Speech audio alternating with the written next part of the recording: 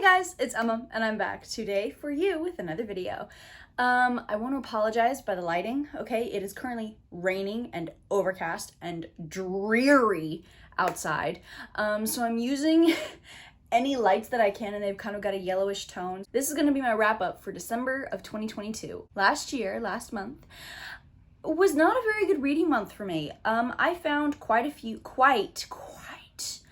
few duds, but also a few gems, I'm not gonna lie. So yeah, let's just get right into it. But before we actually start, I want to know, you guys, what did you read in December? All right, did you read any of the books that I did? Have you read any of the books that I have? And if so, like I said, let me know down below. All right, so the first book that I read for the month of December was Comfort Me with Apples by Catherynne and Valente. I gave this 5 stars. Okay, this is about a woman who is living in this community that seems perfect. Everybody dotes on her, everybody loves her and her husband. And as she's going about her day, she stumbles upon a few insidious plot holes in her life that she doesn't really necessarily understand. And as she's paying more and more attention to these things that seem to contradict the perfection of her life, she uncovers a very, very disturbing secret, not only about the community she lives in, but about her husband as well. This was so don't worry darling, but better, where I didn't have to worry darling. It gave me utopia, like cult style. It was biblical in a way, like it had a biblical twist, which I always enjoy. And it was really short. It was a really good audiobook on Scribd if you guys subscribe to Scribd. I wasn't expecting it to have almost a bittersweet ending. So this was a very good start to December for me. On the other hand, right after that is Black Swans by Babitz. This is a semi-fictionalized autobiographical fiction book of 9 stories that are basically recounting 9 experiences of Babitz's life that describe the 80s and the 90s, full of drinks, drugs, love, and everything like that. I gave this book 1 star. I genuinely hated this book. There's a myriad of reasons why I do not like this book so much. This is one of those books where I just genuinely cannot wrap my head around how people love the writing in this book. It's superficial at best for me. The insensitivity and the ignorant shit that's spouted in this book just threw me for a loop. Maybe it's because I can't decipher tone. However, what tone? There was no tone in this book. Therefore, I couldn't tell whether it was supposed to be satirical or not. Therefore, it just sounded xenophobic, racist, stereotypical, out of touch, and selfish. I did not have a good time reading this. This is supposed to be a hot girl book as well. Not my Megan, ma'am. No, thank you. Then I read Funny You Should Ask by Elissa Sussman. This is a famous person, not famous person romance, a second chance romance as well. This is about a journalist, a blogger, an interviewer, I'm not too sure, named Hani, who does an interview with an uber famous movie star named Gabe, and they both strike up a relationship. Something happens that drives them apart, and then they have to do a second interview, and that kind of brings them back together in order to sort everything out. I gave it 3 stars. I liked it enough. There's nothing really memorable about this book. It was an okay book. 3-star ratings for me aren't bad. It's strictly in the middle. It's not an amazing book. It's not a horrible book. It's a sufficient book. You know what I mean? It does what a book is supposed to do. With that being said, however, this book is based off of a GQ article that a woman did about Chris Evans, and Funny You Should Ask follows that article to a T. And I don't know, I find it a little interesting that the author didn't list the author of the original GQ article in the acknowledgements. And the reason why I say that is I feel like the author of the book would include the author of the article in the acknowledgements due to just how similar the book was to the article that came out first. I don't know though. Maybe that's just me. Then we have 7 Days in June by Tia Williams. This is also a second chance romance. This is about Shane and Eva, who basically meet when they're 17 in high school. And they both come from pretty traumatizing backgrounds, and they both find an escape in one another. And just like in Funny You Should Ask, something happens that drives them apart. And like 15 years later, I think, they're on a panel for Black authors, and they both meet, and that ends up reigniting the spark in between them. I loved this book, okay? I gave it 5 stars. It is now one of my favorite romance books of all time, okay? The characters are the real gem in this book. The characters are so real. They're so raw. They're so human. I found myself tearing up due to some of the conversations that they had. I did have a little bit of a problem with the pop culture references in here. That's a thing that I don't like. I think it dates your book, but I think in some books that it works. It's a very fine line, but some books do make it work. And 7 Days in June is one of those books, okay? So if you're looking for a new romance book that is about Black love and has relatable characters that will grip you and never let you go and is steamy, girlfriend, read 7 Days in June, okay? You will not regret it. The next book that I read in December was Our Wives Under the Sea by Julia Armfield.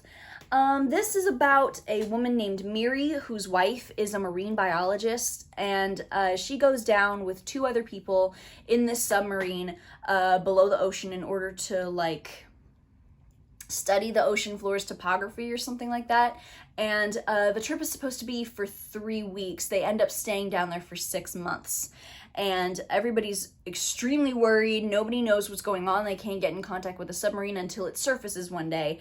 And Miri is trying to come to terms with her wife being back and her wife not really acting the same. I give this 3 stars, okay? This I can definitely see being a hit or miss for some people.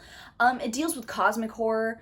I love cosmic horror, okay? The ocean itself will always freak me out. I think the writing is both a blessing and a curse, because while I do think that it was very pretty, it was very flowy, it was almost flowery, but not like too flowery, if that makes sense.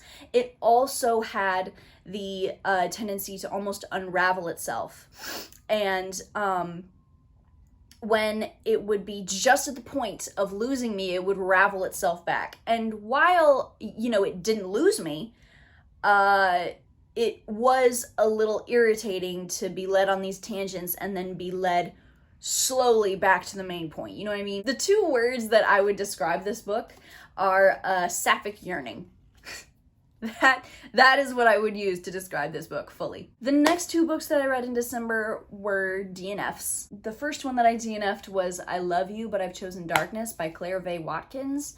This is about a writer, I think, and she has just had a baby. And she's suffering from severe postpartum depression. And so she flies basically across the country in order to go back to her childhood home for inspiration, I think. Take this entire synopsis with a grain of salt, all right? I genuinely do not remember this book. It is like a fever dream for me. I DNF'd it at 34% on page 106, and girl, the writing style was a hindrance and a half. This book is stream of consciousness without having the sense to call itself stream of consciousness. Nothing made sense in this book. Nothing. This book was tangent upon tangent upon tangent upon tangent. A BLT, all right? Bullshitty long tangents, all right? This was nonsensical, all right? And it was absurd. What is this? It honestly just felt like a fever dream. It looks like a fever dream. It felt like a fever dream. It felt like the author was suffering from a fever dream while writing this. I just don't understand. And the second DNF for this month is Lapvona by Ottessa Moshfegh. It's basically about a boy with a severe disability called Merrick, and his dad is very abusive to him. We're in kind of a medieval style setting, and they live in this town called Lapvona, which is very poor. It's being set upon by bandits all the time because the lord of the village really doesn't give a shit about any of them. And, you know, he guards his manor. His manor's the rich place. His manor always has food. It's all about the inequality between the villagers and the natural disasters that they go through versus the wonderland that the Lord lives in. I DNF'd this at 44% on like page 138, and the reason why I did it was because of the rape scene. I just don't like rape scenes. Sorry. It's not a plot-driven book. It's not a character-driven book. It's a vibes-driven book. And I was feeling the vibes, but that's all it was.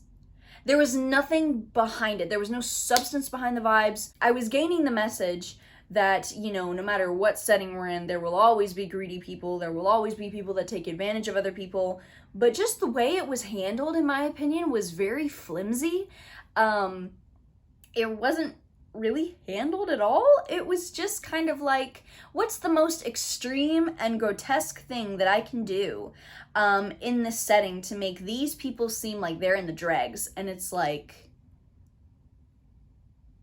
okay, girl, we get it. You know, you don't gotta do all that. It's extra at this point. Speaking of books that I want the hell out of my house, we have Darling Girl by Michalski.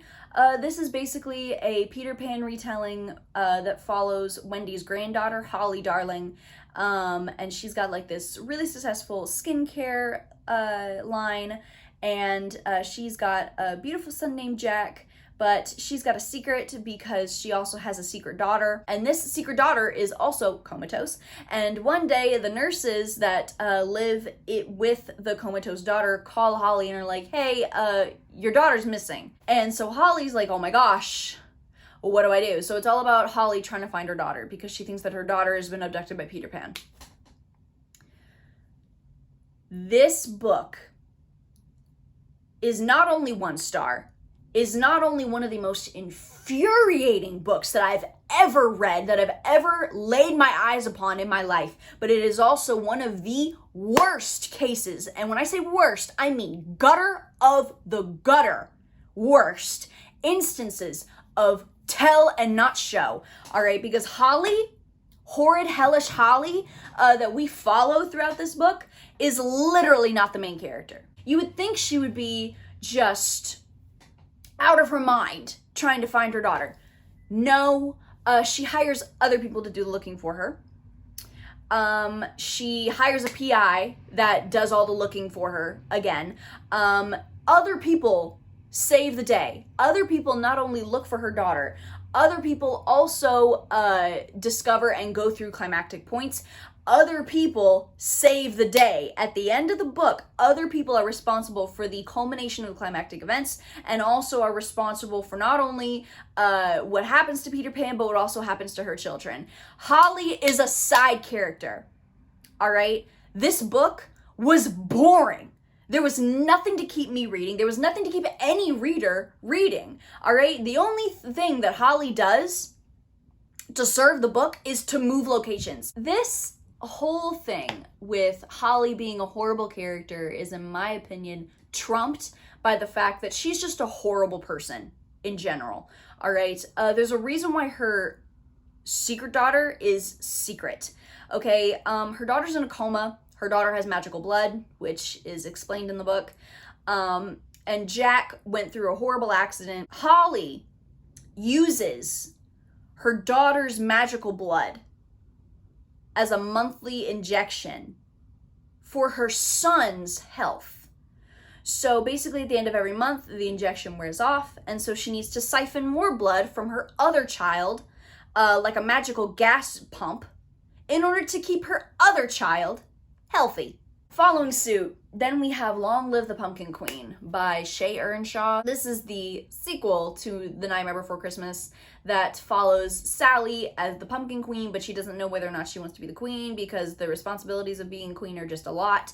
And basically something happens where she has to save the day. I said it was a sequel because this is just a horrible sequel. All right, in my opinion, it was very hastily written. The plot holes in here, which in my opinion, there were a lot. were very hastily covered up, and it shows. It shows. It's clearly evident. There's stuff from the movie, canon stuff, cemented lore that is thrown out the window and changed in this book. You're trying to make me think that Sally, the rag doll from The Nightmare Before Christmas, wants to be alone so badly that she runs away from Halloween Town, when in the movie she wants to be a part of society so much that that's why she poisons Dr. Finkelstein in order to let herself go out with everybody else? Really? Where did this character shift come from? Where? All right, because if it happened off page, that's lazy writing. Because now this character shift that, for whatever reason, happened when we couldn't see it, when we couldn't read it, when we now don't have any reason to believe it, it's unbelievable. All right, this was just, in my opinion, amateurishly written. It doesn't have a very good base to be set upon in the first place.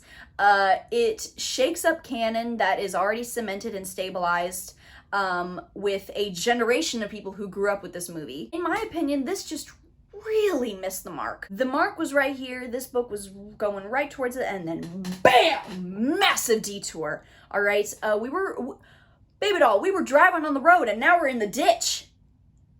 What do we have to say for ourselves? The next book is, oh my gosh, The Final Strife by Saara El-Arifi. It follows characters in this empire that has a caste system based on what color your blood is.